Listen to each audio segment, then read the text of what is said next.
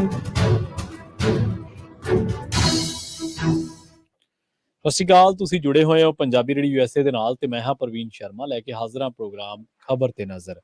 ਖਬਰ ਤੇ ਨਜ਼ਰ ਪ੍ਰੋਗਰਾਮ ਦੇ ਵਿੱਚ ਕਈ ਅਹਿਮ ਖਬਰਾਂ ਤੇ ਕਈ ਖਾਸ ਜਾਣਕਾਰੀਆਂ ਦੇਣ ਦੇ ਲਈ ਮੇਰੇ ਨਾਲ ਜੁੜ ਚੁੱਕੇ ਨੇ ਪੰਜਾਬ ਤੋਂ ਪੱਤਰਕਾਰ ਦੀਪਕ ਸ਼ਰਮਾ ਚਨਾਰਥਲ ਜੀ। ਉਹਨਾਂ ਦਾ ਸਵਾਗਤ ਕਰਦੇ ਹਾਂ ਪਹਿਲਾਂ, ਫਿਰ ਕਰਾਂਗੇ ਖਬਰਾਂ ਤੇ ਚਰਚਾ।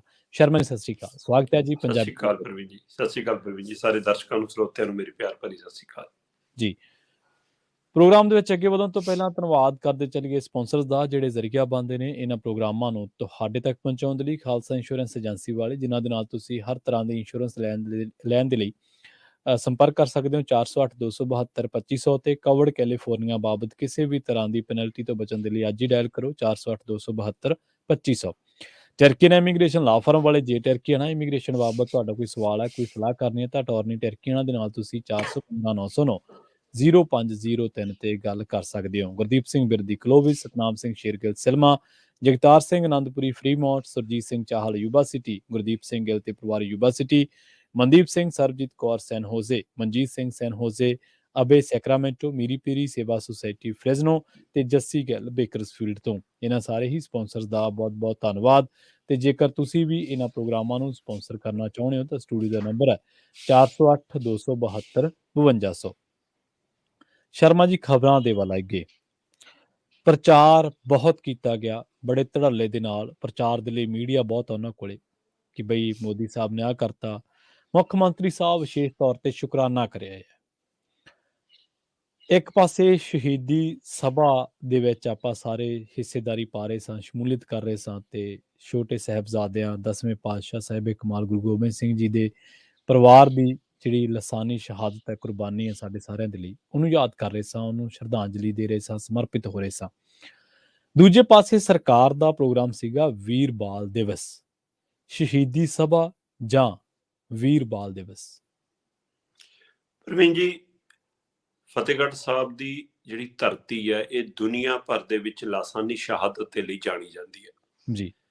ਇਸ ਐਡੀ ਵੱਡੀ ਸ਼ਹਾਦਤ ਤੁਹਾਨੂੰ ਕਿਸੇ ਇਤਿਹਾਸ 'ਚ ਨਹੀਂ ਮਿਲਣੀ ਜੀ ਬਿਲਕੁਲ। ਤੇ ਉਹਦੇ ਲਈ ਇਹ ਧਰਤੀ ਹਮੇਸ਼ਾ ਲੋਕ ਇਹਨੂੰ ਸਜਦਾ ਕਰਨ, ਮਤਲਬ 7 ਸਮੁੰਦਰੋਂ ਪਾਰ ਵੀ ਆਉਂਦੇ ਨੇ।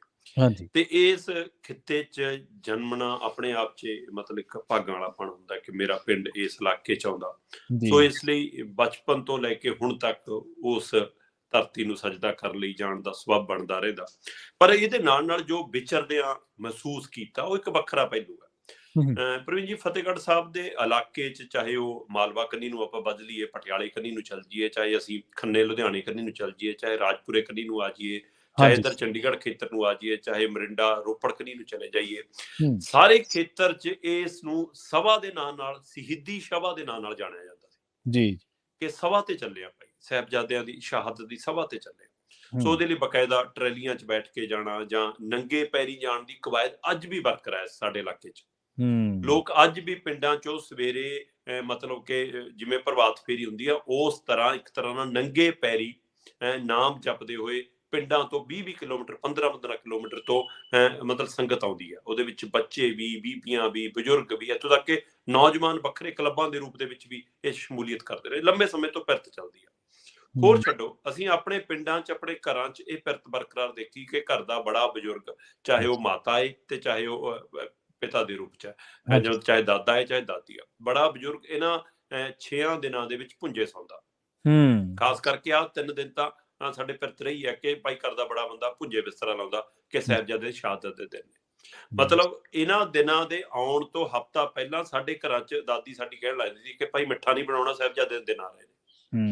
ਮਤਲਬ ਇੰਨਾ ਇਹ ਰਿਹਾ। ਸੋ ਉਹ ਸਭਾ ਨੂੰ ਕਦੋਂ ਸਾਡੇ ਸਿਸਟਮ ਨੇ ਸ਼ਹੀਦੀ ਜੋੜ ਮੇਲਾ ਬਣਾ ਦਿੱਤਾ ਤੇ ਇਹਦੇ ਲਈ ਕਿਹਦੀ ਕੁਤਾਹੀ ਆ?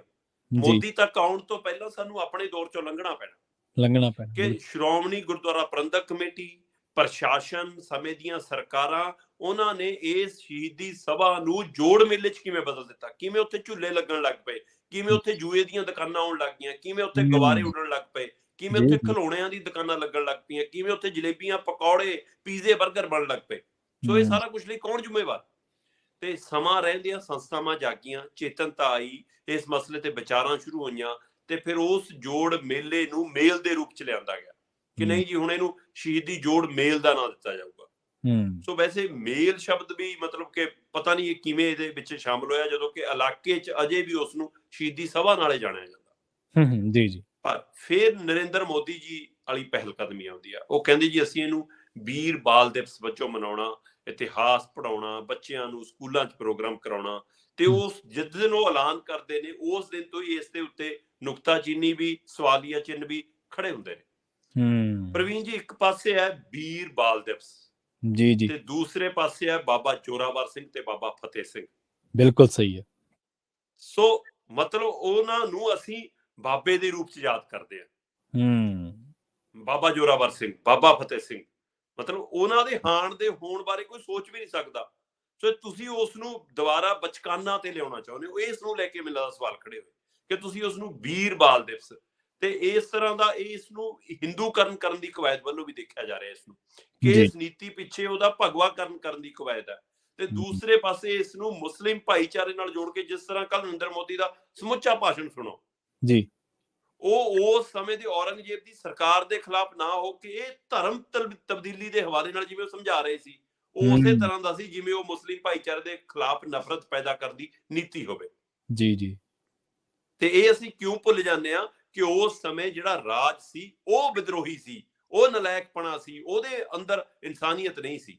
ਸੋ ਜੇ ਮੁਗਲ ਰਾਜ ਸੀ, ਜਿਹੋ ਜਿਹਾ ਧੱਕੇਸ਼ਾਹੀ ਤੁਹਾਡੇ ਰਾਜ 'ਚ ਹੋਈ, ਤੁਸੀਂ ਵੀ ਤਾਂ ਇਹੀ ਕੁਛ ਕੀਤਾ। ਨਰਿੰਦਰ ਮੋਦੀ ਦਾ ਦੌਰ ਦੇਖੀਏ ਅਸੀਂ, ਕਿਸਾਨ ਅੰਦੋਲਨ ਦੇ ਦੌਰਾਨ 700 ਬੰਦਿਆਂ ਦੀ ਸ਼ਹਾਦਤ ਹੁੰਦੀ ਹੈ ਤੇ ਤੁਹਾਡੇ ਮੂੰਹ 'ਚੋਂ ਇੱਕ ਬੋਲ ਵੀ ਨਹੀਂ ਨਿਕਲਦਾ। ਬਿਲਕੁਲ ਸਹੀ ਹੈ, ਬਿਲਕੁਲ। ਸੋ ਇਸ ਲਈ ਇਸ ਪਹਿਲੂ ਨੂੰ ਲੈ ਕੇ ਸਵਾਲ ਖੜੇ ਹੁੰਦੇ ਨੇ ਕਿ ਕੀ ਇਸ ਦਾ ਸਰਕਾਰੀਕਰਨ ਕੀਤਾ ਜਾ ਰਿਹਾ, ਕੀ ਇਸ ਦਾ ਭਗਵਾਕਰਨ ਕੀਤਾ ਜਾ ਰਿਹਾ, ਜਾਂ ਇਸ ਦਾ ਕੇਂਦਰ ਬਦਲ ਕੇ ਲੋਕਾਂ ਦਾ ਧਿਆਨ ਫਤਿਹਗੜ੍ਹ ਸਾਹਿਬ ਦੀ ਧਰਤੀ ਤੋਂ ਹਟ ਕੇ ਦਿੱਲੀ ਦੀ ਧਰਤੀ ਤੇ ਲੱਗ ਗਿਆ। ਜੀ ਸਹੀ। ਸੋ ਕੀ ਇਹ ਧਿਆਨ ਡਿਵਰਟ ਕਰਨ ਦੀ ਮਤਲਬ ਕਿ ਕਵਾਇਦ ਹੈ। ਸੋ ਇਸ ਨੂੰ ਇਸ ਨਜ਼ਰੀਏ ਤੋਂ ਵੀ ਸਮਝਣ ਦੀ ਕੋਸ਼ਿਸ਼ ਕੀਤੀ। ਬੇਸ਼ੱਕ ਉੱਥੇ ਬੱਚਿਆਂ ਦੀ ਪੇਸ਼ਕਾਰੀ ਬਾਕਮਾਲ ਸੀ, ਉਹ ਰੂਹਾਨੀਅਤ ਸੀ ਉਹਦੇ ਵਿੱਚੋਂ ਪੀੜ ਮਹਿਸੂਸ ਹੁੰਦੀ ਸੀ, ਉਹਦੇ ਵਿੱਚੋਂ ਦਰਦ ਮਹਿਸੂਸ ਹੁੰਦਾ ਸੀ। ਬੱਚੇ ਜਦੋਂ 319 ਤੋਂ ਵੱਧ ਬੱਚਿਆਂ ਨੇ ਮਤਲਬ ਕਿ ਉੱਥੇ ਗੁਰਬਾਣੀ ਕੀਰਤਨ ਕੀਤਾ, ਇਸੇ ਤਰ੍ਹਾਂ ਵੱਡੀ ਗਿਣਤੀ 'ਚ ਬੱਚਿਆਂ ਨੇ ਮਾਰਚ ਪਾਸਟ ਕੀਤਾ। ਮਤਲਬ ਕਿ ਜਸਨੂਰ ਬੱਚਾ ਸੀ, ਉਹਦੀ ਮਤਲਬ ਪੇਸ਼ਕਾਰੀ ਨੇ ਅੱਖਾਂ 'ਚ ਹੰਝੂ ਲਿਆ ਦਿੱਤੇ।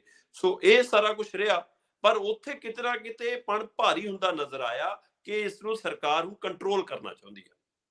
ਤੇ ਇਸ ਮਸਲੇ ਤੇ ਵਿਰੋਧ ਕੌਣ ਕਰ ਰਿਹਾ? ਸ਼੍ਰੋਮਣੀ ਗੁਰਦੁਆਰਾ ਪ੍ਰਬੰਧਕ ਕਮੇਟੀ।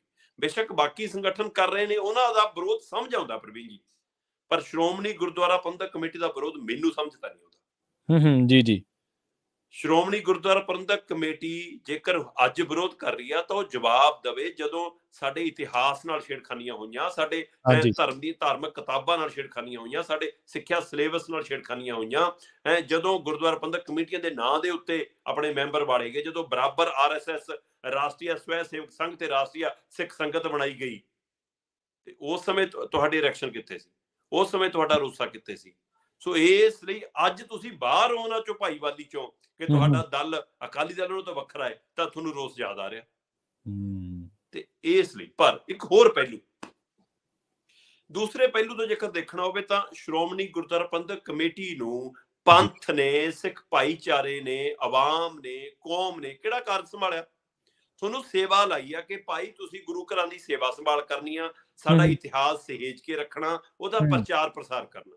ਜੀ ਜੀ ਬਿਲਕੁਲ। ਤੇ ਨਾ ਅਸੀਂ ਚਮਕੌਰ ਦੀ ਗੜੀ ਸੰਭਾਲੀ, ਨਾ ਅਸੀਂ ਠੰਡਾ ਬੁਰਜ ਸੰਭਾਲਿਆ, ਨਾ ਹੀ ਅਸੀਂ ਕੱਚੀ ਕੰਧ ਸੰਭਾਲੀ ਉਹ ਜਿਹਦੇ ਵਿੱਚ ਬੱਚੇ ਸ਼ਹੀਦ ਹੋਏ, ਨਾ ਅਸੀਂ ਮੋਤੀਲਾਲ ਮਹਿਰਾ ਦੀ ਯਾਦ ਉਸ ਨੂੰ ਸੰਭਾਲ ਸਕੇ, ਨਾ ਅਸੀਂ ਮਤਲਬ ਕਿ ਦੀਵਾਨ ਟੋਡਰਮਲ ਦੀ ਹਵੇਲੀ ਸਾਂਭ ਸਕੇ, ਨਾ ਅਸੀਂ ਮਲੇਰਕੋਟਲੇ ਦੇ ਨਵਾਬ ਦੀ ਉਸ ਯਾਦਗਾਰ ਨੂੰ ਸੰਭਾਲ ਸਕੇ।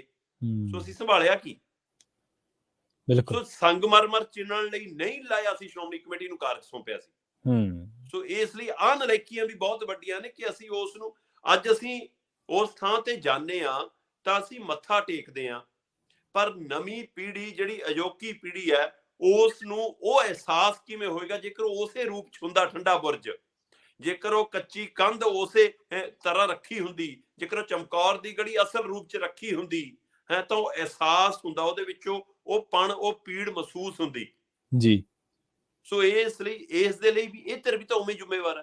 ਸੋ ਕਿਤੇ ਨਾ ਕਿਤੇ ਸਾਰੇ ਪਹਿਲੂਆਂ ਤੇ ਗੌਰ ਕਰਨ ਦੀ ਲੋੜ ਸੀ ਕਿ ਅਸੀਂ ਕਿੱਥੇ ਕਿੱਥੇ ਕੋਤਾਹੀ ਕੀਤੀ ਹੈ, ਕਿੱਥੇ ਕਿੱਥੇ ਅਸੀਂ ਰਾਜਨੀਤੀਕਰਨ ਹੋ ਰਿਹਾ। ਜਦੋਂ ਕਾਂਗਰਸ ਦੀ ਸਰਕਾਰ ਹੈ ਤਾਂ ਸਰਕਾਰ ਲਾਲ ਲਸ਼ਕਰ ਨਾਲ ਮੱਥਾ ਟੇਕਣ ਜਾਂਦੀ ਹੈ।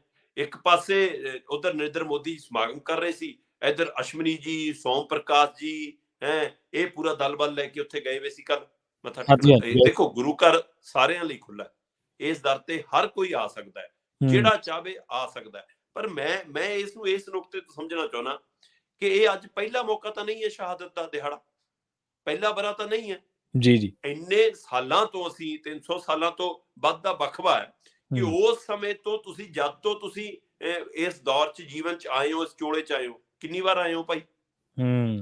ਖਾਸ ਕਰ ਇਹਨਾਂ ਦਿਹਾੜਿਆਂ ਤੇ ਕਿੰਨੀ ਵਾਰ ਆਏ ਹੋ? ਜਦੋਂ ਤੁਹਾਡੇ ਕੋਲ ਅਹੁਦਾ ਹੈਗਾ, ਤੁਹਾਡੇ ਕੋਲ ਰੁਤਬਾ ਹੈਗਾ, ਤੁਹਾਨੂੰ ਲੋਕ ਪਹਿਚਾਣਦੇ ਨੇ, ਤੁਸੀਂ ਮੀਡੀਆ 'ਚ ਆਉਣਾ ਚਾਹੁੰਦੇ ਹੋ, ਫਿਰ ਤਾਂ ਤੁਸੀਂ ਮੱਥਾ ਟੇਕਣ ਆਉਂਦੇ ਹੋ।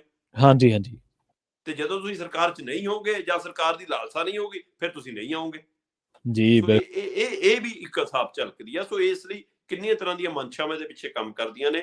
ਸੋ ਭਾਰਤੀ ਜਨਤਾ ਪਾਰਟੀ ਦੀ ਬੇਸ਼ੱਕ ਇਸ ਦੇ ਪਿੱਛੇ ਜਾਂ ਨਰਿੰਦਰ ਮੋਦੀ ਦੀ ਮਨਸ਼ਾ ਦੇ ਪਿੱਛੇ ਸ਼ਹਾਦਤ ਦੀ ਕਹਾਣੀ ਨੂੰ ਮਤਲਬ ਕਿ ਬੱਚਿਆਂ 'ਚ ਲਿਜਾਣ ਦੀ ਇੱਕ ਕੋਸ਼ਿਸ਼ ਹੋਵੇ, ਜਿਹੜੀ ਸ਼ਲਾਘਾਯੋਗ ਕਦਮ ਹੋ ਸਕਦਾ, ਪਰ ਇਹਦੇ ਪਿੱਛੇ ਇਹ ਲੁਕੀ ਮਨਸ਼ਾ ਵੀ ਸਾਫ਼ ਝਲਕਦੀ ਹੈ ਕਿ ਇਹਦੇ ਨਾਲ ਉਹ ਸਿੱਖ ਭਾਈਚਾਰੇ ਨੂੰ ਭਰਮਾਉਣਾ ਵੀ ਚਾਹੁੰਦੇ ਨੇ, ਨਾਲ ਲਿਆਉਣਾ ਵੀ ਚਾਹੁੰਦੇ ਨੇ, ਤੇ 2024 ਚ ਰਾਜਨੀਤਿਕ ਲਾਹਾ ਵੀ ਲੈਣਾ ਚਾਹੁੰਦੇ ਨੇ। ਸੋ ਉਹਦੇ ਪਿੱਛੇ ਇਹ ਵੀ ਇੱਕ ਮਨਸ਼ਾ ਸਾਫ਼ ਝਲਕਦੀ ਹੈ ਤੇ ਕਿਤੇ ਨਾ ਕਿਤੇ ਸਮੁੱਚੇ ਇਤਿਹਾਸ ਨੂੰ, ਘੱਟ ਗਿਣਤੀਆਂ ਦੇ ਕੌਮ ਦੇ ਇਤਿਹਾਸ ਨੂੰ ਉਹ ਭਗਵੇ ਕਰਨ ਚ ਰੰਗਣਾ ਵੀ ਚਾਹੁੰਦੇ ਨੇ। ਇਹ ਵੀ ਮਨਸ਼ਾ ਝਲਕਦੀ ਹੈ।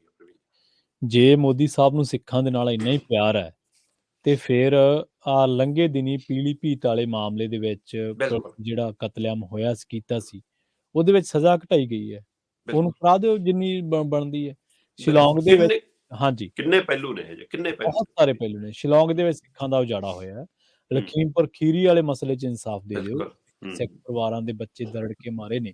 ਇਸੇ ਤਰ੍ਹਾਂ ਗੁਜਰਾਤ ਦੇ ਵਿੱਚ ਸਿੱਖ ਕਿਸਾਨੀ ਦਾ ਉਜਾੜਾ ਹੋਇਆ, ਉੱਥੇ ਇਨਸਾਫ ਦੇ ਦਿਓ। ਬਹੁਤ ਸਾਰੇ ਇਸ਼ੂ ਨੇ। ਸੋ ਖੈਰ ਆਪਾਂ ਰੁਖ ਕਰੀਏ ਸ਼ਰਮਾ ਜੀ ਹਰਿਆਣੇ ਦਾ।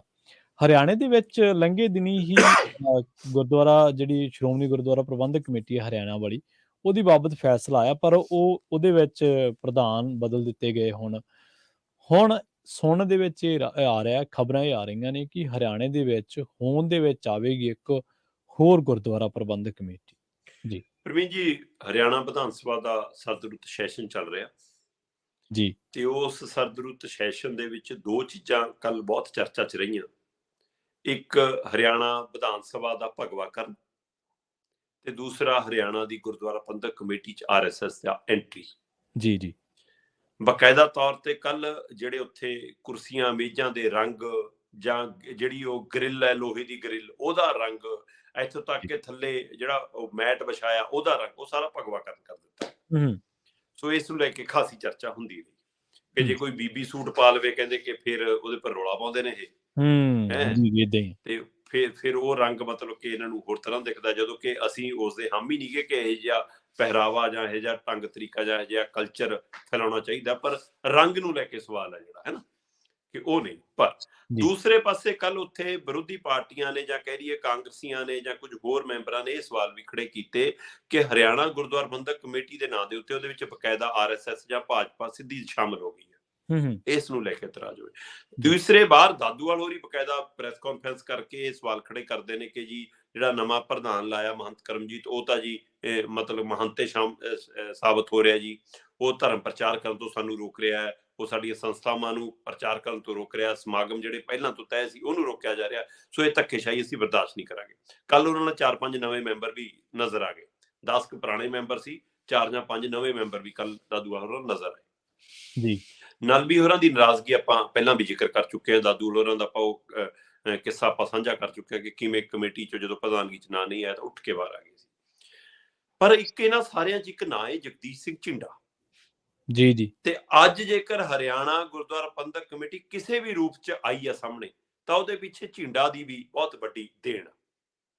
ਜਗਦੀਸ਼ ਸਿੰਘ ਝਿੰਡਾ ਪਹਿਲਾ ਬੰਦਾ ਜਿਹਨੇ ਹਰਿਆਣਾ ਕਮੇਟੀ ਦੇ ਨਾਂ ਤੇ ਦੱਬ ਕੇ ਕੰਮ ਕੀਤਾ ਜਾਂ ਜੰਮ ਕੇ ਝੰਡਾ ਚੱਕਿਆ।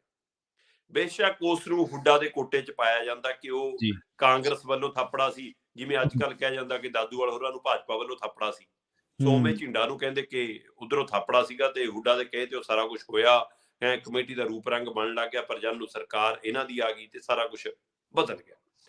ਜਗਦੀਸ਼ ਸਿੰਘ ਝਿੰਡਾ ਹੋਰੀ ਹੁਣ ਕਹਿੰਦੇ ਕਿ ਜੇਕਰ ਉਸ ਸਮੇਂ ਸ਼੍ਰੋਮਣੀ ਕਮੇਟੀ ਨੇ ਸਾਡੀ ਗੱਲ ਸੁਣੀ ਹੁੰਦੀ, ਜਾਂ ਉਸ ਸਮੇਂ ਬਾਦਲ ਟੱਬਰ ਨੇ ਸਾਡੇ ਨਾਲ ਰਾਬਤਾ ਰੱਖਿਆ ਹੁੰਦਾ, ਅਸੀਂ ਉਹਨਾਂ ਕੋਲ ਜੋ ਨੁਕਤੇ ਚੁੱਕਦੇ ਸੀ ਉਹਨਾਂ ਬਾਰੇ ਕੁਝ ਗੱਲ ਕੀਤੀ ਹੁੰਦੀ, ਜਾਂ ਹਰਿਆਣਾ ਦੇ ਗੁਰੂ ਘਰਾਂ ਦੇ ਬਾਰੇ ਕੁਝ ਫਿਕਰਮੰਦੀ ਕੀਤੀ ਹੁੰਦੀ, ਜਾਂ ਹਰਿਆਣਾ ਦੇ ਸਿੱਖ ਭਾਈਚਾਰੇ ਦੀ ਗੱਲ ਸੁਣੀ ਹੁੰਦੀ, ਉਹਨਾਂ ਦੇ ਮਸਲੇ ਨਿਬੇੜੇ ਹੁੰਦੇ, ਤਾਂ ਅੱਜ ਨਵੀਂ ਕਮੇਟੀ ਹੋਂਦ ਚ ਨਹੀਂ ਆਉਣੀ ਸੀ ਕਹਿੰਦੇ।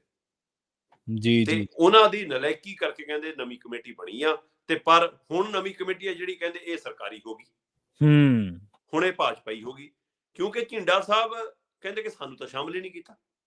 ਲੈ ਦੇ ਕੇ ਮਸਲਾ ਪ੍ਰਵੀਨ ਜੀ ਕੁਰਸੀਆਂ ਦਾ ਹੀ ਨਜ਼ਰ ਆਉਂਦਾ, ਲੈ ਦੇ ਕੇ ਮਾਮਲਾ ਗੋਲਕਾਂ ਦੀਆਂ ਚਾਬੀਆਂ ਸੰਭਾਲਣ ਦਾ ਹੀ ਨਜ਼ਰ ਆਉਂਦਾ, ਲੈ ਦੇ ਕੇ ਗੱਦੀਆਂ ਦਾ ਹੀ ਮਸਲਾ ਸਮਝ ਆਉਂਦਾ। ਨਲਵੀ ਸਾਹਿਬ ਨਾਰਾਜ਼ ਤਾਂ ਹੋਏ ਕਿ ਸੀਨੀਅਰ ਮੀਤ ਪ੍ਰਧਾਨ ਨਹੀਂ ਮਿਲਿਆ, ਦਾਦੂਵਾਲ ਤਾਂ ਨਾਰਾਜ਼ ਹੋਏ ਕਿ ਪ੍ਰਧਾਨਗੀ ਮਿਲੀ, ਝਿੰਡਾ ਸਾਹਿਬ ਕਹਿੰਦੇ ਸਾਡੇ ਬੰਦੇ ਨਹੀਂ ਲਏ। ਮੈਂ ਕਹਿੰਦੇ ਹੁਣ ਨਵੀਂ ਰਿਪੋਰਟ ਇੱਕ ਸਰਕਾਰ ਨੂੰ ਭੇਜੀ ਆ, ਜਿਹਦੇ ਵਿੱਚ ਮੈਂ ਕੁਝ ਨਾਮ ਸ਼ਾਮਲ ਕੀਤੇ ਆ। ਕਹਿੰਦੇ ਜੇ ਉਹ ਨਾਮ 31 ਦਸੰਬਰ ਤੱਕ ਇਸ ਕਮੇਟੀ 'ਚ ਸ਼ਾਮਲ ਨਾ ਕੀਤੇ ਗਏ, ਫਿਰ ਅਸੀਂ 1 ਜਨਵਰੀ ਨੂੰ ਨਵਾਂ ਧਮਾਕਾ ਕਰਾਂਗੇ। ਮਤਲਬ ਜੇ ਤੁਹਾਡੇ ਬੰਦੇ ਕਮੇਟੀ 'ਚ ਹੈਗੇ ਤਾਂ ਕਮੇਟੀ ਸੱਚੀ ਆ, ਹਾਂਜੀ, ਫਿਰ ਕਮੇਟੀ ਸੇਵਾ ਵਾਲੀ ਆ। ਜੇ ਤੁਹਾਡੇ ਬੰਦੇ ਤੁਹਾਡੇ ਨਾਮ ਕਮੇਟੀ 'ਚ ਨਹੀਂ ਹੈਗੇ, ਫਿਰ ਕਮੇਟੀ ਸਰਕਾਰੀ ਆ, ਫਿਰ ਕਮੇਟੀ ਭਾਜਪਾਈ ਆ। ਤੇ ਜੇ ਉਹ ਨਾ ਸ਼ਾਮਲ ਹੋ ਗਏ ਕਹਿੰਦੇ ਫਿਰ ਸਾਨੂੰ ਮਨਜ਼ੂਰ ਆ, 31 ਤੱਕ ਦਾ ਅਸੀਂ ਅਲਟੀਮੇਟਮ ਦਿੰਨੇ ਆ, 1 ਤਰੀਕ ਨੂੰ ਫਿਰ ਨਵਾਂ ਧਮਾਕਾ। ਨਵਾਂ ਧਮਾਕਾ ਮਤਲਬ ਜਿਹੜਾ ਉਹਨਾਂ ਨੇ ਬਾਦਲਾਂ ਦਾ ਹਵਾਲਾ ਦਿੱਤਾ, ਜਿਹੜਾ ਉਹਨੇ ਸ਼੍ਰੋਮਣੀ ਕਮੇਟੀ ਦਾ ਹਵਾਲਾ ਦਿੱਤਾ, ਕਿ ਉਹਨਾਂ ਨੇ ਜੇ ਸੁਣੀ ਹੁੰਦੀ ਤਾਂ ਅੱਜ ਇਹ ਕਮੇਟੀ ਨਾ ਹੁੰਦੀ। ਇਹਦਾ ਮਤਲਬ ਇਹੀ ਉਹ ਹੁਣ ਵਾਲੀ ਸਰਕਾਰ ਨੂੰ ਕਹਿ ਰਹੇ ਨੇ, ਜਾਂ ਹੁਣ ਵਾਲੀ ਧਿਰ ਨੂੰ ਕਹਿ ਰਹੇ ਨੇ ਕਿ ਭਾਈ ਇਹ 31 ਤੱਕ ਤੁਸੀਂ ਸਾਡੀ ਨਾ ਸੁਣੀ, ਫਿਰ ਇੱਕ ਹੋਰ ਕਮੇਟੀ। ਸੋ ਹੁਣ ਝਿੰਡਾ ਜੀ ਕਹਿੰਦੇ ਤਜਰਬਾ ਤਾਂ ਹੋ ਹੀ ਲਿਆ, ਸੋ ਇੱਕ ਫਿਰ ਹੋਰ। ਸੋ ਇਸ ਲਈ ਹਰਿਆਣਾ 'ਚ ਇੱਕ ਹੋਰ ਨਵੀਂ ਕਮੇਟੀ ਜਨਮ ਲੈ ਸਕਦੀ ਹੈ, ਇਹਦੇ ਸੰਕੇਤ ਮਿਲ ਰਹੇ ਨੇ। ਔਰ ਜਿਵੇਂ ਕੱਲ ਕਾਂਗਰਸ ਨੇ ਇਸ ਨੂੰ ਹਰਿਆਣਾ ਦੀ ਵਿਧਾਨ ਸਭਾ 'ਚ ਵੀ ਮੁੱਦਾ ਬਣਾਉਣ ਦੀ ਕੋਸ਼ਿਸ਼ ਕੀਤੀ, ਉਸ ਨੂੰ RSS ਭਾਜਪਾ ਨਾਲ ਸਿੱਧਾ ਜੋੜਿਆ, ਜਿਹੜੀ ਗੱਲ ਉੱਥੇ ਦੇ ਹਰਿਆਣੇ ਦੇ ਸਿੱਖਾਂ ਦੇ ਮਨਾਂ 'ਚ ਵੀ ਗੱਲ ਜਾਰੀ ਕਿ ਏਦਾਂ ਹੋਣ ਦੇ ਆਸਾਰ ਹੈਗੇ ਨੇ ਕਿ ਪੂਰਾ ਐਡਹੌਕ ਕਮੇਟੀ ਨੂੰ ਕੰਟਰੋਲ ਉਹੀ ਧਿਰਾਂ ਕਰ ਰਹੀਆਂ ਨੇ। ਸੋ ਉਸ ਗੱਲ ਨੂੰ ਉਭਾਰ ਕੇ ਜਾਂ ਉੱਧਰ ਝਿੰਡੇ ਦੀ ਪਿੱਠ ਦੇ ਉੱਤੇ ਕੀ ਫਿਰ ਕਾਂਗਰਸ ਹੀ ਖੜੀ ਆ, ਜਾਂ ਝਿੰਡਾ ਸੱਚਮੁੱਚ ਸਿੱਖ ਭਾਈਚਾਰੇ ਦੀ ਨੁਮਾਇੰਦਗੀ ਕਰ ਰਿਹਾ, ਜਾਂ ਫਿਰ ਇਹ ਹਰਿਆਣਾ ਦੀ ਸਰਕਾਰ ਨੂੰ ਡਰਾ ਕੇ ਧਮਕਾ ਕੇ ਆਪਣੇ ਬੰਦੇ ਐਡਜਸਟ ਕਰਾਉਣ ਦੀ ਕਵਾਇਦ ਹੈ। ਇਹ ਸਾਰਾ ਕੁਝ ਹੁਣ 31 ਦਸੰਬਰ ਤੱਕ ਇਹਦੇ ਪਰ ਨਜ਼ਰ ਰਹੇਗੀ, ਤੇ ਹੋ ਸਕਦਾ ਕਿ ਨਹੀਂ ਫਿਰ ਇੱਕ ਹੋਰ ਕਮੇਟੀ ਜਨਮ ਲੈਂਦੀ ਤੁਹਾਨੂੰ ਨਜ਼ਰ ਆ ਜਾਵੇ। ਪ੍ਰਵੀਨ ਜੀ ਜੀ ਜੀ ਜੀ ਅਗਲੀ ਖਬਰ ਦੇ ਵੱਲ ਉਹਦੀ ਸ਼ਰਮਾ ਜੀ ਤੇ ਗੱਲ ਕਰੀਏ ਪੰਜਾਬ ਦੇ ਪ੍ਰਾਈਵੇਟ ਸਕੂਲਾਂ ਦੀ। ਪੰਜਾਬ ਦੇ ਪ੍ਰਾਈਵੇਟ ਜਿਹੜੇ ਸਕੂਲ ਆ ਉਹ ਸਿੱਖਿਆ ਬੋਰਡ ਨਾਲੋਂ ਨਾਤਾ ਜੋੜ ਕੇ ਹੁਣ ਜੁੜ ਰਹੇ ਨੇ CBSE ਬੋਰਡ ਦੇ ਨਾਲ। ਬਿਲਕੁਲ ਪ੍ਰਵੀਨ ਜੀ, ਇੱਕ ਰਿਪੋਰਟ ਸਾਹਮਣੇ ਆ ਰਹੀ ਹੈ ਕਿ ਲਗਾਤਾਰ ਪੰਜਾਬ ਦੇ ਜਿੰਨੇ ਪ੍ਰਾਈਵੇਟ ਸਕੂਲ ਨੇ, ਨਾਮੀ ਵੱਡੇ ਪ੍ਰਾਈਵੇਟ ਸਕੂਲ ਨੇ, ਜਿਹੜੇ ਮਤਲਬ ਐਫੀਲੇਟ ਨਾਲ ਚੱਲਦੇ ਨੇ, ਐਫੀਲੇਟ ਹੋ ਕੇ ਚੱਲਦੇ ਨੇ ਨਾ, ਮਨਜ਼ੂਰੀ ਲੈ ਕੇ ਚੱਲਦੇ ਨੇ, ਉਹ ਸਕੂਲ ਹੁਣ ਲਗਭਗ ਪੰਜਾਬ ਸਕੂਲ ਸਿੱਖਿਆ ਬੋਰਡ ਤੋਂ ਹੌਲੀ ਹੌਲੀ ਟੁੱਟਦੇ ਜਾ ਰਹੇ ਨੇ, ਤੇ ਸਿੱਧੇ CBSE ਨਾਲ ਜੋੜਨ ਨੂੰ ਜ਼ਿਆਦਾ ਪਹਿਲ ਕਦਮੀ ਦੇ ਰਹੇ ਨੇ ਕਿ ਉਹਨਾਂ ਨਾਲ ਜੁੜੀਏ। ਉਹਦੇ 2 ਕਾਰਨ ਨੇ। ਇੱਕ ਤਾਂ ਹੈ ਕਿ ਜਿਹੜਾ ਸਿਸਟਮ ਹੈ ਪੰਜਾਬ ਸਕੂਲ ਸਿੱਖਿਆ ਬੋਰਡ ਦਾ, ਉਹ ਇੰਨਾ ਨੋਰਮ ਸਖਤ ਨੇ, ਤੇ ਉਹ ਸਖਤ ਨੋਰਮਾਂ ਨੂੰ ਪੂਰਾ ਕਰਨ ਦੀ ਕਵਾਇਦ ਦੇ ਵਿੱਚ ਪੈਸੇ ਦਾ ਖੇਡ ਵੀ ਬਹੁਤ ਚੱਲਦਾ। ਸੋ ਜਾਂ ਤਾਂ ਨੋਰਮ ਹੀ ਸਖਤ ਹੋਣ ਕਿ ਹਾਂ ਅਸੀਂ ਭਾਈ ਵਿਦਿਆਰਥੀਆਂ ਲਈ, ਸਕੂਲਾਂ ਲਈ, ਬੱਚਿਆਂ ਲਈ ਆਹ ਨੋਰਮ ਬਣਾਤੇ, ਇਹਦੇ ਨਾਲ ਕੋਈ ਸਮਝੌਤਾ ਨਹੀਂ, ਫਿਰ ਤਾਂ ਮਨਸ਼ਾ ਵੀ ਸਮਝ ਆਵੇ। ਪਰ ਉਹ ਨੋਰਮਾਂ ਨਾਲ ਖਿਲਵਾੜ ਵੀ ਹੋ ਜਾਂਦਾ, ਇਹਦਾ ਮਤਲਬ ਮੋਟਾ ਲੈਣ ਦੇਣ ਵੀ ਚੱਲਦਾ। ਤੇ ਦੂਸਰਾ ਉਹ ਕਹਿੰਦੇ ਕਿ ਉਹਦੇ ਬਾਵਜੂਦ ਵੀ ਫੀਸਾਂ ਬਹੁਤ ਵੱਧ ਨੇ ਇਹਨਾਂ ਦੀ ਜਿਹੜੀ ਫੀਸ ਹੈ, ਮਤਲਬ ਰਜਿਸਟ੍ਰੇਸ਼ਨ ਕਰਾਉਣ ਦੀ, ਸਕੂਲ ਐਫੀਲੀਏਸ਼ਨ ਕਰਾਉਣ ਦੀ, ਉਹ CBSE ਨਾਲੋਂ ਕਿਤੇ ਜ਼ਿਆਦਾ। ਤੇ ਦੂਜੇ ਪਾਸੇ ਕਹਿੰਦੇ CBSE ਦੇ ਜਿਹੜੇ ਨਿਯਮ ਨੇ ਉਹ ਥੋੜੇ ਲਚੀਲੇ ਵੀ ਨੇ, ਫੀਸ ਵੀ ਘੱਟ ਹੈ, ਤੇ ਉਹਦੇ ਵਿੱਚ ਮਨਜ਼ੂਰੀ ਵੀ ਈਜ਼ੀਲੀ ਮਿਲ ਜਾਂਦੀ ਹੈ, ਤੇ ਉੱਥੇ ਭ੍ਰਸ਼ਟਾਚਾਰ ਵੀ ਨਹੀਂ ਹੈਗਾ। ਸੋ ਸਾਰਾ ਕੁਝ ਦਸਤਾਵੇਜ਼ੀ ਹੁੰਦਾ। ਇਸ ਲਈ ਸਕੂਲ ਉਧਰ ਪਿਛਲੇ 7 ਸਾਲਾਂ ਦੇ ਵਿੱਚ 232 ਸਕੂਲ ਸਿੱਖਿਆ ਬੋਰਡ ਤੋਂ ਟੁੱਟ ਕੇ ਉਧਰ ਚਲੇ ਗਏ। ਅੱਛਾ, ਜਿਨ੍ਹਾਂ ਕੋਲੇ ਮਾਨਤਾ ਪਹਿਲਾਂ ਬੋਰਡ ਦੀ ਸੀ। ਹਾਂ, ਉਹ 232 ਸਕੂਲ ਉਧਰ ਗਏ। ਮਤਲਬ ਇਸ ਮੌਕੇ 6500 ਦੇ ਕਰੀਬ ਸਕੂਲ ਨੇ, ਜਿਨ੍ਹਾਂ ਦੇ ਵਿੱਚੋਂ ਸਿਰਫ 2598 ਸਕੂਲ ਰਹਿ ਗਏ ਇੱਧਰ ਜੀ ਜੀ ਜੀ ਸਿੱਖਿਆ ਬੋਰਡ ਨਾਲ। ਮਤਲਬ ਅੱਧੇ ਤੋਂ ਵੀ ਘੱਟ ਸਕੂਲ ਸਿੱਖਿਆ ਬੋਰਡ ਨਾਲ ਰਹਿ ਗਏ, ਅੱਧੇ ਤੋਂ ਵੱਧ ਸਕੂਲ CBSE ਨਾਲ ਚਲੇ ਗਏ।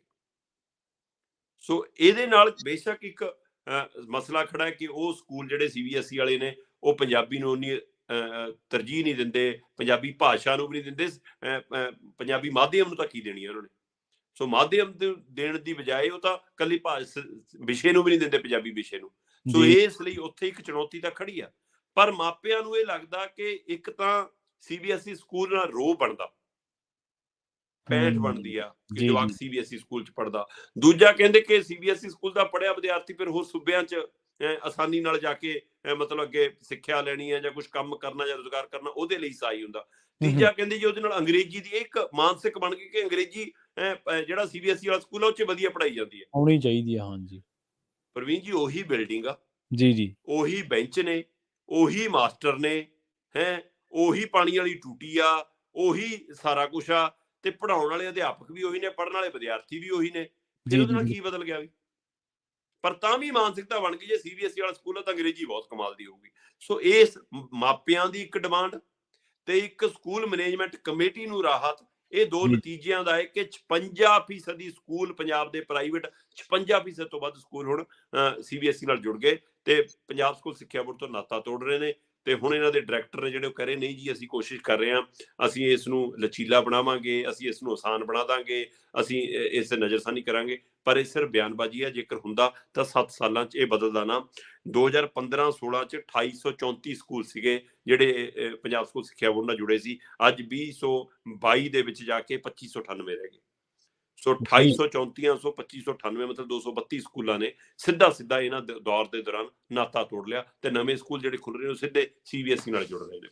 ਜੀ ਜੀ ਜੀ ਜੀ ਵੈਸੇ ਬੋਰਡ ਨੂੰ ਵੀ ਥੋੜੀ ਜਿਹੀ ਆਪਾਂ ਝਾਤ ਮਾਰਨੀ ਚਾਹੀਦੀ Sharma ji. Rule and regulation ਜਿਹੜੇ ਨੇ ਉਹ ਥੋੜੇ ਚੇਂਜ ਕਰਨੇ ਚਾਹੀਦੇ ਨੇ ਤੇ ਅੰਦਰ ਝਾਤ ਮਾਰਨੀ ਚਾਹੀਦੀ ਵੀ ਕਿਉਂ ਸਾਡੇ ਵਾਲਾ ਬੋਰਡ ਹੁਣ ਉਹ ਬੋਰਡ ਹਾਈ ਸਟੈਂਡਰਡ ਹੋ ਗਿਆ ਤੇ ਅਸੀਂ ਲੋ ਹੋ ਗਏ, ਇਹ ਹੋਇਆ ਕਿਵੇਂ? ਇਹ ਕਿਵੇਂ ਹੋ ਗਿਆ? ਹਾਂਜੀ। ਅਗਲੀ ਗੱਲ ਕਰੀਏ ਪੰਜਾਬ ਦੇ ਸਕੂਲਾਂ ਦੀ ਸ਼ਰਮਾ ਜੀ, ਤੇ ਪੰਜਾਬ ਦੇ ਸਕੂਲਾਂ ਦੇ ਵਿੱਚ ਪੜ੍ਹਾਇਆ ਜਾਊਗਾ ਕਿਸਾਨ ਅੰਦੋਲਨ, ਵੈਸੇ ਤਾਂ ਬਹੁਤ ਚੰਗੀ ਗੱਲ ਹੈ ਜੇ ਪੜ੍ਹਾਇਆ ਜਾਊਗਾ। ਬਿਲਕੁਲ ਜੀ, ਇਹਦੀ ਆਸ ਉਮੀਦ ਬਹੁਤ ਜਾਗੀ ਆ।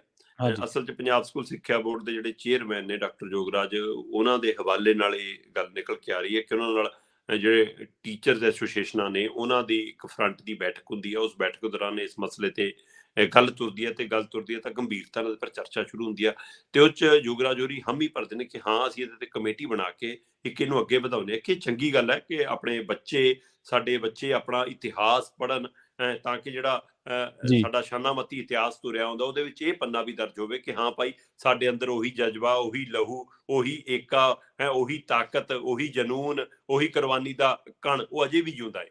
ਸੋ ਇਸ ਲਈ ਇਸ ਹਵਾਲੇ ਨਾਲ ਉੱਥੇ ਚਰਚਾ ਚੱਲੀ ਕਿ ਹਾਂ ਇਸ ਤਰ੍ਹਾਂ ਇਸ ਨੂੰ ਸ਼ਾਮਲ ਕਰਨਾ ਚਾਹੀਦਾ।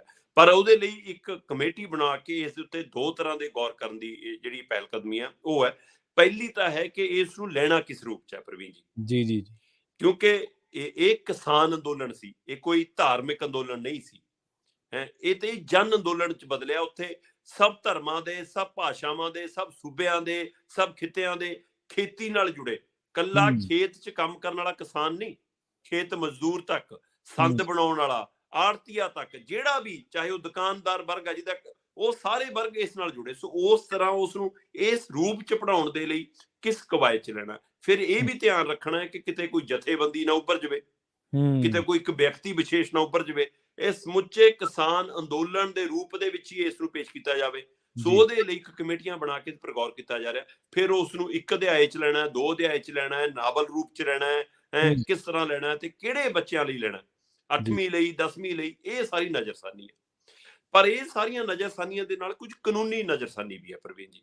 ਠੀਕ ਹੈ। ਕਾਨੂੰਨੀ ਨੁਕਤੇ ਦੇ ਆਧਾਰ ਤੇ ਪੰਜਾਬ ਸਕੂਲ ਸਿੱਖਿਆ ਬੋਰਡ ਆਜ਼ਾਦ ਹੈ ਕਿ ਉਹ ਆਪਣੇ ਹਿਸਾਬ ਨਾਲ ਫੈਸਲਾ ਲੈ ਸਕਦਾ ਹੈ ਕਿ ਤੁਸੀਂ ਬੱਚਿਆਂ ਨੂੰ ਕੀ ਪੜ੍ਹਾਉਣਾ ਹੈ, ਕਿਹੜੀ ਚੀਜ਼ ਸ਼ਾਮਲ ਕਰਨੀ ਹੈ, ਕਿਹੜੀ ਨਹੀਂ ਕਰਨੀ, ਉਹਦੇ ਕੋਲ ਅਧਿਕਾਰ ਹੈ। ਪਰ ਮੋਦੀ ਜੀ ਨਵੀਂ ਸਿੱਖਿਆ ਨੀਤੀ ਦਾ ਜਿਹੜਾ ਕਾਨੂੰਨ ਲਿਆਏ ਨੇ ਉਹ ਅੜਿੱਕਾ ਡਾ ਸਕਦਾ ਹੈ ਜੀ।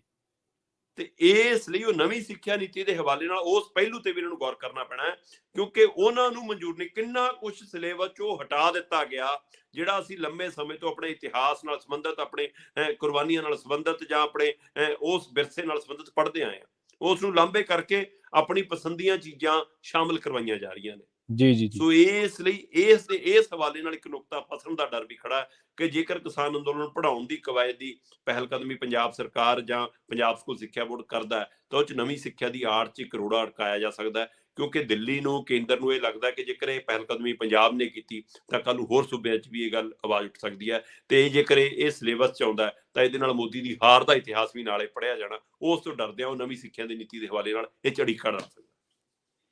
ਜੀ ਬਿਲਕੁਲ। ਤੇ ਸ਼ਰਮਾ ਜੀ ਗੱਲ ਇੱਕ ਇਹ ਵੀ ਹੈ ਨਾ ਕਿ ਮੰਨ ਲਓ ਇਹ ਅੰਦੋਲਨ ਪੜ੍ਹਾਇਆ ਜਾਂਦਾ ਹੈ, ਮੰਨ ਲਓ ਐਡ ਕਰ ਲਿਆ, ਜਿਵੇਂ ਤੁਸੀਂ ਇਤਿਹਾਸ ਦੇ ਵਿੱਚ ਜਾਂ ਹੋਰ ਕਈ ਪਾਤਰਾਂ ਨੂੰ ਬਦਲ ਕੇ ਪੇਸ਼ ਕੀਤੇ ਜਾਣ ਦੀ ਗੱਲ ਹੈ। ਹੂੰ, ਕੱਲ ਨੂੰ 4 ਸਾਲਾਂ ਨੂੰ ਹਾਂ, ਇਹ ਸਰਕਾਰ ਦੀ ਇੱਕ ਦਇਆ ਵਜੋਂ ਦਿਖਾਇਆ ਜਾਣ ਲੱਗ ਪਿਆ ਕਿ ਜੀ ਬਿਲਕੁਲ, ਮੋਦੀ ਸਾਹਿਬ ਬੜੇ ਦਿਲ ਦਰਿਆ, ਲੋਕਾਂ ਨੂੰ ਪਹਿਲਾਂ ਤਾਂ ਹਾਂ, ਸਮਝ ਨਹੀਂ ਆਈ, ਹੂੰ, ਠੀਕ ਹੈ, ਕਾਨੂੰਨਾਂ ਦੀ ਸਮਝ ਨਹੀਂ ਆਈ, ਜਦੋਂ ਹੂੰ, ਲੋਕਾਂ ਨੂੰ ਸਮਝ ਨਹੀਂ ਆਈ ਤੇ ਫਿਰ ਮੋਦੀ ਤਾਂ ਵੀ ਉਹਨਾਂ ਨੇ ਸਾਹਿਬ ਹਾਂ, ਤਾਂ ਵੀ ਵਾਪਸ ਲੈ ਤੇ ਲਿਆ। ਤਾਂ ਹੀ ਬਿਲਕੁਲ, ਬਿਲਕੁਲ, ਇਹ ਇਸ ਤਰੀਕੇ ਨਾਲ ਵੀ ਇਹਨੂੰ ਇਸ ਐਂਗਲ ਬਿਲਕੁਲ, ਤੋਂ ਵੇਖਿਆ ਜਾ ਸਕਦਾ। ਬਿਲਕੁਲ, ਆਪਾਂ ਬਿਲਕੁਲ। ਅਗਲੀ ਖਬਰ ਦੇ ਵੱਲ ਵਧੀਏ ਤੇ ਗੱਲ ਹੁਣ ਕਿਸਾਨ ਅੰਦੋਲਨ ਦੀ ਚੱਲੀਏ ਤੇ ਕਿਸਾਨ ਆਗੂਆਂ ਦੀ ਵੀ ਕਰ ਲਈਏ। ਤੇ ਕੈਦ ਸਾਹਿਬ ਤੇ ਰਾਜੇਵਾਲ ਜੀ ਨੇ ਹੁਣ ਜ਼ੀਰੇ ਮੋਰਚੇ ਦਾ ਰੁੱਖ ਕੀਤਾ ਤੇ ਜਿਹੜੇ ਸੈਂਪਲ ਭਰਨੇ ਸੀਗੇ ਉਹਨਾਂ ਦੇ ਵਿੱਚ ਵੀ ਸਹਿਮਤੀ ਬਣ ਗਈ ਹੈ ਸ਼ਰਮਾ ਜੀ। ਪ੍ਰਵੀਨ ਜੀ, ਕੱਲ ਲੰਮੀਆਂ ਬੈਠਕਾਂ ਚੱਲੀਆਂ, 11 ਮੈਂਬਰੀ ਜਿਹੜੀ ਕਮੇਟੀ ਆ ਉਸ ਕਮੇਟੀ ਦੇ ਹਵਾਲੇ ਨਾਲ ਹੀ ਬੈਠਕਾਂ ਚੱਲੀਆਂ। ਬੇਸ਼ੱਕ ਕਿਸਾਨ ਜਥੇਬੰਦੀਆਂ ਲਗਾਤਾਰ ਉੱਥੇ ਜਾ ਰਹੀਆਂ ਨੇ, ਜੀ, ਜੀ। ਪਰ ਉਸ ਨੂੰ ਲੈ ਕੇ ਕੁਝ ਉੱਥੇ ਫਿਕਰਮੰਦੀ ਵੀ ਥੋੜੀ ਵਧੀ ਸੀ ਕਿ ਕੁਝ ਜਥੇਬੰਦੀਆਂ ਸਿੱਧਾ ਕੰਟਰੋਲ ਚਾਹੁੰਦੀਆਂ ਸੀ, ਮੰਚ ਦਾ, ਸਟੇਜ ਦਾ, ਕਮੇਟੀ ਦਾ। ਠੀਕ ਹੈ। ਤੇ ਉਹ ਕਹਿੰਦੇ ਕਿ ਜਾਂ ਤਾਂ ਸਾਨੂੰ ਕੰਟਰੋਲ ਦਿਓ, ਨਹੀਂ ਫਿਰ ਅਸੀਂ ਠੀਕ ਹੈ, ਅਸੀਂ ਸ਼ਾਮਲ ਹੋਣ ਦਾ ਸਿਰ ਨਾ ਕਰਦੇ। ਉਹ ਕਹਿੰਦੇ ਕੋਈ ਨਾ ਜੀ, ਸਾਡੀ ਪਿੰਡਾਂ ਦੀ ਲੜਾਈ ਅਸੀਂ ਲੜ ਲਾਂਗੇ। ਸੋ ਜੀ। ਇਹ ਜਿਹੜੀ ਆਦਤ ਪੈ ਗਈ ਸਾਡੀ ਜਥੇਬੰਦੀਆਂ ਨੂੰ ਕਿ ਜਾਂ ਤਾਂ ਅਸੀਂ ਉਹ ਦਿਖੀਏ, ਅਸੀਂ ਉਹ ਚਲਾਈਏ, ਹੂੰ, ਹੂੰ। ਤੇ ਇਸ ਤਰ੍ਹਾਂ ਦਾ ਵੀ ਉੱਥੇ ਕੁਝ ਨਜ਼ਰ ਆਇਆ। ਪਰ ਜਿਹੜੀ ਉਹ 11 ਮੈਂਬਰੀ ਕਮੇਟੀ ਬਣੀ ਹੈ, ਉਸ ਕਮੇਟੀ ਦਾ ਜਾਂ ਉਸ ਇਲਾਕੇ ਦੇ ਲੋਕਾਂ ਦਾ ਜਿਹੜਾ ਇਹ ਤਹੀਆ ਕਿ ਅਸੀਂ ਭਾਈ ਕੋਈ ਧੜਾ ਨਹੀਂ, ਕਿ ਅਸੀਂ ਤਾਂ ਇਹ ਇਲਾਕਾ ਹੈ, ਜੀ, ਜੀ, ਸਹੀ ਹੈ। ਸੋ ਇਲਾਕੇ ਨਾਤੇ ਲੜ ਰਹੇ ਤੇ ਉਸੇ ਤਰ੍ਹਾਂ ਤੁਸੀਂ ਸਾਡੇ ਜਾ ਕੇ ਸਹਿਯੋਗ ਕਰੋ, ਸ਼ਮੂਲੀਅਤ ਕਰੋ। ਸੋ ਉਸ ਨਾਤੇ ਕੁਝ ਜਥੇਬੰਦੀਆਂ ਨੇ ਸਿਆਣਪ ਵਰਤ ਕੇ ਉਹਨਾਂ ਦਾ ਸਹਿਯੋਗ ਕਰਨਾ ਸ਼ੁਰੂ ਕੀਤਾ। ਲਗਾਤਾਰ ਜਥੇਬੰਦੀਆਂ ਜਾ ਰਹੀਆਂ ਨੇ, ਲਗਾਤਾਰ ਨੁਮਾਇੰਦੇ ਜਾ ਰਹੇ ਨੇ, ਕਿਸਾਨ ਵੱਡੀ ਗਿਣਤੀ 'ਚ ਪਹੁੰਚ ਰਹੇ ਨੇ। ਸੋ ਉਧਰ ਪੁਲਿਸ ਦੀ ਧੱਕੇਸ਼ਾਹੀ ਤੋਂ ਬਾਅਦ ਪੁਲਿਸ ਨੂੰ ਸਮਝ ਵੀ ਆਈ, ਸਰਕਾਰ ਨੂੰ ਸਮਝ ਵੀ ਆਈ, ਫਿਰ ਉਹ ਕਮੇਟੀਆਂ ਦੇ ਹਵਾਲੇ ਨਾਲ ਕੋਸ਼ਿਸ਼ ਕੀਤੀ, ਪਰ ਉਹ ਕਹਿੰਦੀਆਂ ਨਾ, ਜਦ ਤੱਕ ਸਾਡੇ ਬੰਦੇ ਰਿਹਾ ਨਹੀਂ ਹੁੰਦੇ ਤਦ ਤੱਕ ਕੋਈ ਸੈਂਪਲਿੰਗ ਨਹੀਂ। ਫਿਰ ਉਹ ਦੇਰ ਰਾਤ ਉਦਣ ਰਿਹਾ ਵੀ ਕਰਨੇ ਪਏ ਸਾਰੇ, ਤੇ ਉਹ ਜੀ। ਰਿਹਾ ਕਰਨ ਤੋਂ ਬਾਅਦ ਫਿਰ ਸੈਂਪਲਿੰਗ ਦੀ ਕਵਾਇਦ ਲਈ ਇੱਕ ਬੈਠਕ ਹੁੰਦੀ ਹੈ, ਤੇ ਉਸ ਬੈਠਕ 'ਚ ਸਹਿਮਤੀ ਬਣ ਗਈ ਕਿ ਠੀਕ ਹੈ, ਤੁਸੀਂ ਸੈਂਪਲ ਲੈ ਸਕਦੇ ਹੋ, ਪਿੰਡਾਂ ਚੋਂ ਲੈਣਾ, ਸ਼ਹਿਰਾਂ ਚੋਂ ਲੈਣਾ, ਫੈਕਟਰੀ ਚੋਂ ਲੈਣਾ, ਬਾਹਰੋਂ ਲੈਣਾ, ਮੋਟਰ ਤੋਂ ਲੈਣਾ, ਪਰ ਸਾਡੇ 5-5 ਮੈਂਬਰ ਤੁਹਾਡੇ ਨਾਲ ਰਹਿਣਗੇ। ਠੀਕ ਹੈ। ਇੱਕ ਤਾਂ ਇਹ। ਦੂਸਰਾ, ਮੈਨੂੰ ਕੱਲ ਪਤਾ ਲੱਗ ਰਿਹਾ ਸੀਗਾ ਕਿ ਕੁਝ ਸ਼ਰਾਰਤੀ ਧਿਰਾਂ ਨੇ ਜਾਂ ਫੈਕਟਰੀ ਨਾਲ ਸੰਬੰਧਿਤ ਧਿਰਾਂ ਨੇ ਉੱਥੋਂ ਸਮਰਸੀਬਲ 4-5 ਮੋਟਰਾਂ ਕੱਢ ਕੇ ਬਾਹਰ ਲਿਜਾਣ ਦੀ ਕੋਸ਼ਿਸ਼ ਕੀਤੀ। ਉਹਨਾਂ ਨੂੰ ਡਰ ਹੈ ਕਿ ਸ਼ਾਇਦ ਹੁਣ ਜਦੋਂ ਸੈਂਪਲਿੰਗ ਹੋਵੇ ਜਾਂ ਸਾਡੀ ਜਾਂਚ ਹੋਵੇ ਜਾਂ ਕੁਝ ਫੜਿਆ ਜਾ ਸਕਦਾ, ਕਿਉਂਕਿ ਇਹ ਖਤਰਾ ਹੈ ਜਾਂ ਜੀ। ਇਹ ਸ਼ੰਕੇ ਸੋਭੇ ਬਿਲਕੁਲ ਦਰੁਸਤ ਪਾਏ ਜਾ ਰਹੇ ਨੇ ਕਿ ਉਹ ਭਾਈ ਜਿਹੜਾ ਲਾਹਣ ਹੈ ਜਾਂ ਜਿਹੜਾ ਕੈਮੀਕਲ ਹੈ ਜਾਂ ਜਿਹੜੇ ਖਰਾਬ ਤੱਤ ਨੇ, ਉਹ ਸਾਰਿਆਂ ਨੂੰ ਧਰਤੀ 'ਚ ਬੋਰ ਕਰਕੇ ਸੁੱਟਦੇ ਨੇ।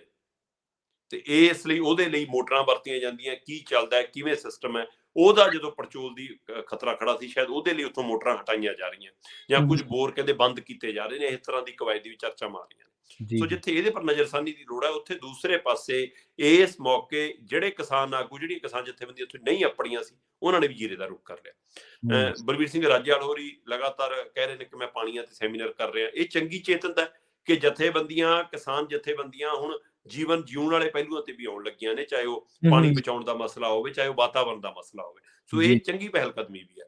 ਸੋ ਇਸ ਲਈ ਉਹ ਇਸ ਮਸਲੇ ਤੇ ਗੱਲ ਕਰ ਰਹੀ ਸੀ ਤੇ ਉਹਨਾਂ ਨੇ 30-31 ਤਰੀਕ ਤੋਂ ਇੱਕ ਪੱਕਾ ਧਰਨਾ ਵੀ ਸ਼ੁਰੂ ਕਰਨਾ ਸੀਗਾ, ਹੈ ਨਾ, ਆਪਣੇ ਇੱਥੇ ਮੋਹਾਲੀ, ਚੰਡੀਗੜ੍ਹ, ਪਾਣੀ ਬਚਾਉਣ ਦੇ ਲਈ।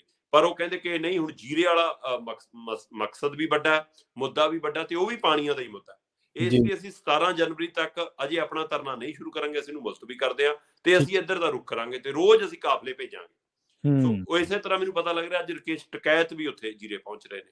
ਠੀਕ ਸੋ ਹੈ। ਬੇਸ਼ੱਕ ਵੱਡੇ ਇਕੱਠ ਦੀ ਕਾਲ ਸੀ ਜਿਹੜੀ ਅੱਜ ਲਈ, ਉਹ ਰੋਕ ਦਿੱਤੀ ਗਈ ਹੈ ਕਿਉਂਕਿ ਸਹਿਮਤੀ ਰਾਤ ਬਣ ਗਈ। ਸੈਂਪਲਿੰਗ ਨੂੰ ਲੈ ਕੇ, ਕੰਮ ਨੂੰ ਲੈ ਕੇ, ਧਰਨੇ ਤੇ ਆਉਣ ਤੋਂ ਲੋਕਾਂ ਨੂੰ ਨਹੀਂ ਰੋਕਿਆ ਜਾ ਰਿਹਾ, ਇਸ ਲਈ ਜੀ। ਵੱਡੇ ਇਕੱਠ ਦੀ ਜਿਹੜੀ ਕਾਲ ਸੀ ਉਹ ਰੋਕ ਦਿੱਤੀ ਗਈ ਹੈ। ਤੇ ਹਾਂਜੀ। ਪਰ ਫਿਰ ਵੀ ਲਗਾਤਾਰ ਹੁਣ ਮੈਨੂੰ ਪਤਾ ਲੱਗ ਰਿਹਾ ਹੋਰ ਜਥੇਬੰਦੀਆਂ ਦੇ ਵਿੱਚ, ਜਿਵੇਂ ਪਹਿਲਾਂ ਡੱਲੇਵਾਲ ਹੋਰੀ, ਜਾਂ ਪਹਿਲਾਂ ਹੋਰ ਬੁਰਜ ਹੋਰੀ, ਜਾਂ ਦੂਸਰੇ ਆਪਣੇ ਉਗਰਾਹਾਂ ਹੋਰੀ, ਉਹ ਜਾਂ ਹੋਰ ਇਲਾਕੇ ਦੀਆਂ ਜਥੇਬੰਦੀਆਂ ਜਿਵੇਂ ਫੂਲ ਹੋਰੀ, ਉਹ ਸਾਰੇ ਪਹੁੰਚ ਰਹੇ ਨੇ। ਉਸੇ ਤਰ੍ਹਾਂ ਹੁਣ ਰਾਜੇਵਾਲ ਤੇ ਰਕੇਸ਼ ਟਕੈਤ ਤੇ ਹੋਰ ਜਥੇਬੰਦੀਆਂ ਵੀ ਜਿਹੜੀਆਂ ਇਹਨਾਂ ਦੇ ਨਾਲ ਨੇ, ਉਹ ਸਾਰੀਆਂ ਵੀ ਉੱਥੇ ਪਹੁੰਚਣ ਦੀ ਤਿਆਰੀ 'ਚ ਨੇ। ਸੋ ਇਸ ਲਈ ਜੀਰਾ ਮੋਰਚਾ ਹੁਣ ਇੱਕ ਤਰ੍ਹਾਂ ਨਾਲ ਦਿੱਲੀ ਮੋਰਚਾ ਬਣ ਗਿਆ। ਤੇ ਇਸ ਦਿੱਲੀ ਮੋਰਚੇ ਨੇ ਸਮਝਾਇਆ ਸੀਗਾ, ਕਿਸਾਨ ਅੰਦੋਲਨ ਨੇ ਸਮਝਾਇਆ ਸੀ ਕਿ ਹਾਂਜੀ। ਟਿੱਕੇ ਸ਼ਾਂਤੀ ਨਾਲ, ਏਕੇ ਨਾਲ ਬੈਠੋਗੇ ਤਾਂ ਵੱਡੀਆਂ ਵੱਡੀਆਂ ਤਾਕਤਾਂ ਝੁਕਦੀਆਂ ਆਈਆਂ, 56 ਇੰਚ ਵਾਲੇ ਸੀਨੇ ਵੀ ਸੁੰਗੜਦੇ ਆਏ।